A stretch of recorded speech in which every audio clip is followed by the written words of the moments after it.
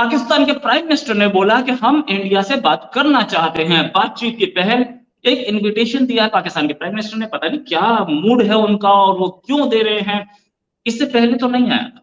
और हर बार वो बोल रहे थे कि कश्मीर पे बात करेंगे तब आएगा। अब उन्होंने बोला कि हमें अनएम्प्लॉयमेंट से लड़ना चाहिए, गरीबी से लड़ना चाहिए। ये सेंटेंस वज़ीर आज़म ने आज भारत को एक दफ़ा फिर ऑफ़र कर दी है कि आए बात करें, मुज़ाकरात करें। ये ऑफ़र्स वो बहुत ज़्यादा कर चुके हैं जब से वज़ीर आज़म बने हैं भारत को। आपको क्या लगता है कि नरेंद्र मोदी साहब क्यों जवाब नहीं देते? वो पुरानी सीपीटी स्क्रिप्ट जो हर बार आती है, दोबारा उन्होंने रिपीट कर दी। कोई ऐसी नई चीज तो बताई नहीं। 1.5 साल से ऊपर हो चुका है शहबाज शरीफ को पावर में आए, लेकिन अब तक कुछ नहीं पता। उनकी ये सत्ता अब सिर्फ 8 दिन की बची। 8 दिन के प्राइम मिनिस्टर को कुछ नहीं पता कि हमें बोलना क्या है, करना क्या है, और उन्हीं की कैबिनेट शायद उनसे मुख्तलिफ व्यू रखती है। इंडिया क्यों रेडी नहीं है? आप you are an avid follower of India और आप पाकिस्तान की पॉलिटिक्स, साउथ एशियन पॉलिटिक्स को देखती रहती हैं। क्या वजह है शहबाज शरीफ साहब को क्यों इंडियन सरकार जवाब नहीं देती और क्यों उनको वो इस ऑफर को सीरियस नहीं ले रही? ये जो शहबाज शरीफ ने जो ऑफर दिया है कि हमें बात करना चाहिए, कितना सीरियस है ये ऑफर? Pakistan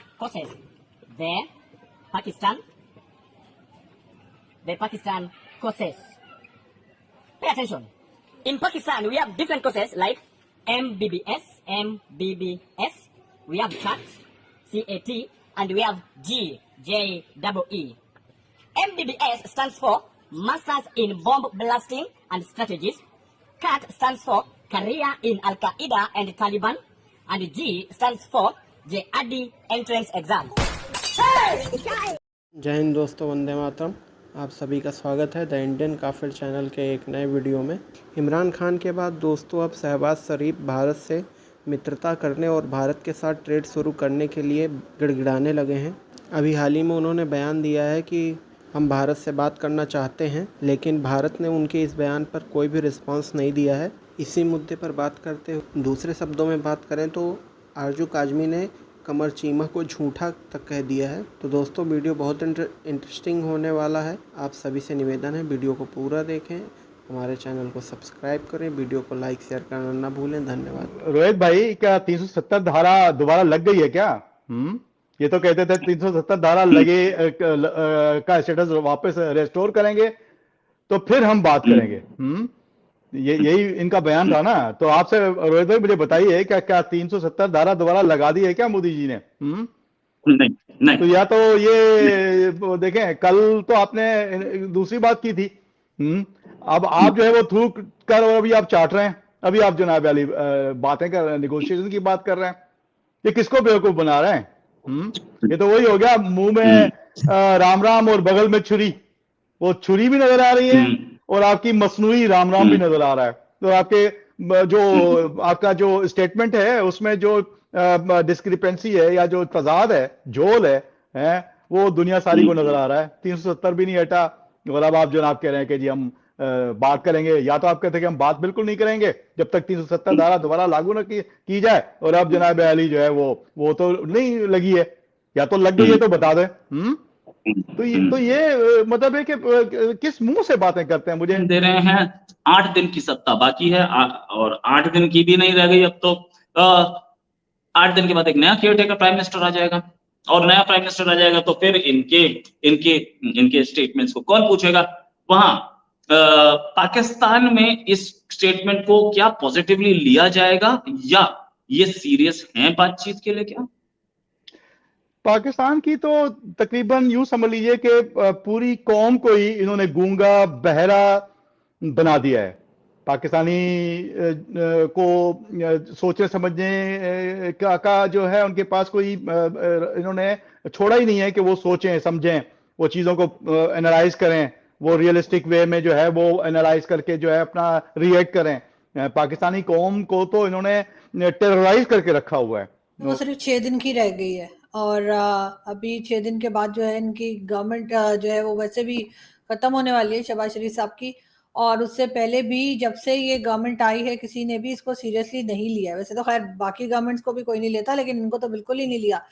तो शायद एक रीजन ये भी होगा। उसके बाद ये कि अगर इलेक्शंस होते हैं, जो कि बार बार कहा जा रहा है कि डिले हो जाएंगे, जो कि होने तो नहीं चाहिए, लेकिन अगर जब भी इलेक्शंस हो जाएंगे और जो नई गवर्नमेंट आएगी जिसमें काफी चांसेस हैं कि नवाज शरीफ साहब आएंगे एज अ प्राइम मिनिस्टर, तो फिर एक जब पक्की गवर्नमेंट आएगी, या पक्की से मेरा मतलब है एक प्रॉपर गवर्नमेंट आएगी, उसके बाद ही शायद भारत या कोई भी दूसरी कंट्री जो है वो बात करने को तैयार हो, हाँ कहे या ना कहे। अभी आपको भी पता है, मुझे भी पता है कि शहबाज शरीफ साहब की क्या हैसियत है और कितनी पावर है उनके हाथ में। और दूसरा ये कि वो 6 दिन रह गए हैं, तो अब वो ये बात कर रहे हैं। उनको तो ये बात जब वो आए थे पहले दूसरे दिन में ही कर लेनी चाहिए थी। अब 6 दिन में वो ऐसा क्या करिश्मा दिखाएंगे जिसमें, या चमत्कार दिखाएंगे जिसमें कि सब कुछ ठीक हो जाए। जो नई गवर्नमेंट आएगी और अगर वो 5 साल निकालती है या नहीं निकालती, लेकिन फिर भी जाहिर है वो स्टैब्लिशमेंट की फेवरेट होगी। और फॉर द टाइम बिंग हम कह सकते हैं कि जब उनको लाया जाएगा, तो वो अगर ये बात करते हैं, उसके बाद हो सकता है कि इंडिया की तरफ से कोई रिस्पॉन्स आए। या पाकिस्तान के साथ जो है वो इकोनॉमी पे बातचीत होनी चाहिए। खैर वहां भी उन्होंने डिसाइड नहीं किया, लेकिन ये डिबेट जरूर उनके यहाँ चल रही थी। बाकी जो हमारी गलतियां हैं, जो हम करते रहे हरकतें हर थोड़े दिन के बाद, तो भारत वो इतनी जल्दी भूल तो नहीं जाएगा सर। क्या गलतियां हमने कर दी हैं मैडम? आपको याद होगा कि जब प्राइम मिनिस्टर मोदी दोबारा इलेक्शन में आ रहे थे 2019 में, तो उन्होंने इंटरनेशनल लॉ की वायलेशन करते हुए पाकिस्तान के अंदर सर्जिकल स्ट्राइक की थी। तो उसका रिस्पांस में पाकिस्तान की सरकार ने जवाब दिया, और बड़ा मेयर्ड कैलकुलेटेड जवाब दिया, और एस्केलेशन भी नहीं की, बल्कि उसके बात को डी एस्केलेट किया हालात को, और इवन के इंडिया का जो पायलट था वो भी वापस कर दिया। तो आप कह रही हैं कि हरकतें, तो हरकत आपको ये नहीं लगता कि जो पाकिस्तान की हुकूमत है, जो कि यही यही इसी असम्बली की बात कर रहे हैं, अगर फॉर एग्जांपल यही असम्बली पावर में थी उस वक्त, जो अभी ख़त्म हो रही है, जब प्राइम मिनिस्टर मोदी ने अपनी एयरफोर्स को कहा कि स्ट्राइक करें पाकिस्तान के अंदर, तो आपको क्या लगता है, क्या ऐसा जो है वो पाकिस्तान डी एस्केलेट करे लेकिन हरकतें पाकिस्तानी करे? What do you make of this? नहीं सर, पाकिस्तान की अब आप ना माने तो और बात है सर। ये तो मतलब आपकी पुरानी आदत है सर। आप यहाँ के, आप तो बड़े बड़े टीवी चैनल्स पे जाके एकदम इनकार कर देते हैं, और यकीनन इसके लिए बहुत हिम्मत चाहिए कि आप सबके मुंह पे बैठ के कहें नहीं ऐसा तो कुछ हुआ ही नहीं। और सर इसके लिए मैं आपको नहीं 21 नहीं तोपों की नहीं, सलामी क्या देती नहीं हूँ। हुआ? क्या नहीं देखिए हुआ? मैं वही बताने लगी हूँ सर, कितनी बार हमारे यहाँ से जो कश्मीर साइट है वहां से कितनी बार लोग पकड़े गए हैं वहां इंडिया में जाते हुए। अभी रिसेंटली, छोड़ दीजिए उन लोगों को, रिसेंटली हमारा एक ड्रोन जो था वो उधर वाघा बॉर्डर के पास ही चकरा के गिर गया था, जिसमें ड्रग्स थी। कितनी बार वो लोग कह चुके हैं कि जी आपके यहाँ से हथियार आते हैं, आपके यहाँ से ड्रग्स आती हैं। और उसका सबूत भी अभी हमें मिल गया कि वहां पर जो आपने हामिद मीर साहब का शो भी देखा होगा, उसमें वो बात कर रहे हैं किसी मिनिस्टर से, और उन्होंने कहा कि हाँ जी यहाँ से ड्रोन्स जो हैं वो भी जाते हैं, हथियार भी जाते हैं, ड्रग्स भी जाती हैं। फिर मुंबई अटैक को ले लीजिए, चाहे पुलवामा को ले लीजिए, उड़ी को ले लीजिए, कितने ही ऐसे जो हम लोगों ने सो कॉल्ड एडवेंचर करने की कोशिश की, कारगिल समेत। और उसके बाद जाहिर है आपके ख्याल से कि दूसरी तरफ के लोग जो हैं वो किसी किस्म का रिएक्शन नहीं करेंगे, वो हमें कुछ नहीं कहेंगे। उनका पायलट पकड़ लिया और उसके बाद जिस तरह से छोड़ना पड़ा वो भी हम जानते हैं। अगर इतने ही हम सही थे, इतना ही हमने ठीक तरीके से उसको अरेस्ट किया था और वो गलती पे थे, तो इतनी जल्दी क्यों छोड़ दिया? रखते ना 2-4 दिन। यहाँ पे तो ये तक कहा जा रहा था कि टांगे कांप रही थी और पता नहीं क्या कुछ हो रहा था। तो ये तो हमारी हालत है। और उसके बाद बार बार जाकर हम ही वहां पे शरारत करते रहे, हमारे ही लोग करते रहे, और बाकायदा कहते भी रहे हैं। बहुत से लोग ऐसे हैं जो मुल्क के अंदर बैठे हुए हैं और यहाँ से उल्टी सीधी स्टेटमेंट भी देते रहे, जिसमें रिलीजियस पार्टीज के लोग भी हैं और पॉलिटिकल पार्टी के लोग भी हैं।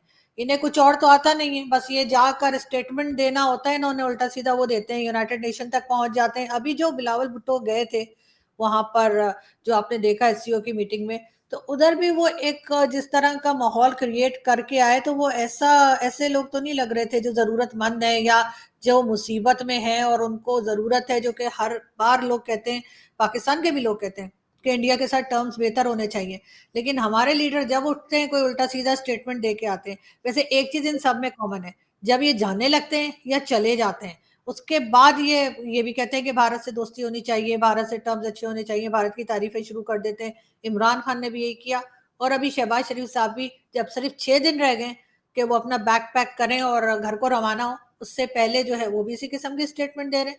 अब कितनी ही गलतियां बार बार बताई जा चुकी हैं हमारी तरफ से जो हुई हैं, लेकिन उसके बाद भी अगर हम कहें नहीं हमने कुछ नहीं किया, तो बस इस पे तो सर सिर्फ अफसोस ही किया जा सकता है। उसमें आपको सेमीकंडक्टर्स की आवश्यकता होती है।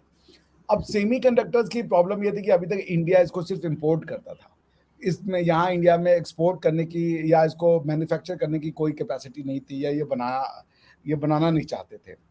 उसके बाद से धीरे धीरे जब मोदी जी ने मेक इन इंडिया का वो प्रोजेक्ट शुरू किया, और उसमें ये डिसाइड किया गया कि भाई India should be manufacturing these things, क्योंकि ये इतनी क्रूशियल चीज़ है कि इसका डिपेंडेंट अगर आप फॉरेन कंट्रीज पर रखेंगे तो कल को आपका रिलेशनशिप किसी के साथ खराब हो जाए तो वो आपको देंगे भी नहीं। तो अभी तक इसका सबसे बड़ा मैन्युफैक्चरिंग यूनिट चाइना में हुआ करता था और यूएस भी होता था। अब यूएस की एक कंपनी है माइक्रॉन, उन्होंने $2.5 बिलियन का प्रोजेक्ट शुरू किया है। वो इंडिया में फैक्ट्रीज लगा रहे हैं और 2024 तक वो उनका जो फर्स्ट बैच ऑफ प्रोडक्ट है सेमीकंडक्टर्स का वो बाहर आ जाएगा, which I think is a big feat, because कि एक सेल्फ रिलायंस हो गया in the field of electronic devices, जो कि बहुत क्रिटिकल है। बिल्कुल ऐसा ही है, लेकिन सर आपके ख्याल से इसमें लोग कितना इंटरेस्ट ले रहे हैं आपके ख्याल से इस फील्ड में, या इस चीज को लेकर क्या स्टूडेंट्स आगे आ रहे हैं, और इससे क्या मतलब एक मेन रीजन इसका क्या है कि इसको आगे लाया जा रहा है, इसके ऊपर काम किया जा रहा है? क्योंकि पहले तो हम आईटी एक्सपर्ट्स बड़ा सुनते थे, अब आईटी एक्सपर्ट्स के बाद ये एक नई चीज जो है वो समझने में जो है वो पाकिस्तानी जो है वो जरूर समझना चाहेंगे आखिर ये क्या है, और आपके ख्याल से इसमें किस तरह से स्टूडेंट्स आ सकते हैं? देखिए, IT sector was a service thing कि आप फाइनेंशियल प्रोडक्ट बना रहे हो, सॉफ्टवेयर बना रहे हो, जो भी बना रहे हो, और आप जा करके बड़ी बड़ी कंपनियों को बेच रहे हो। लेकिन ये जो है ये मैन्युफैक्चरिंग यूनिट है, ये मैन्युफैक्चरिंग का है, ये इंडस्ट्रियलाइजेशन को इंडिया को हेल्प करेगा। और ये जो अभी गुजरात में एक जो आपने बड़ा अच्छा क्वेश्चन पूछा, गुजरात में अभी एक वर्ल्ड का इंडिया में एक बहुत बड़ा कॉन्फ्रेंस ऑर्गेनाइज किया गया। उसका नाम ही ये था कि how to increase the semiconductors ecosystem in India. तो गवर्नमेंट इसको बूस्ट दे रही है, इम्पेटस दे रही है।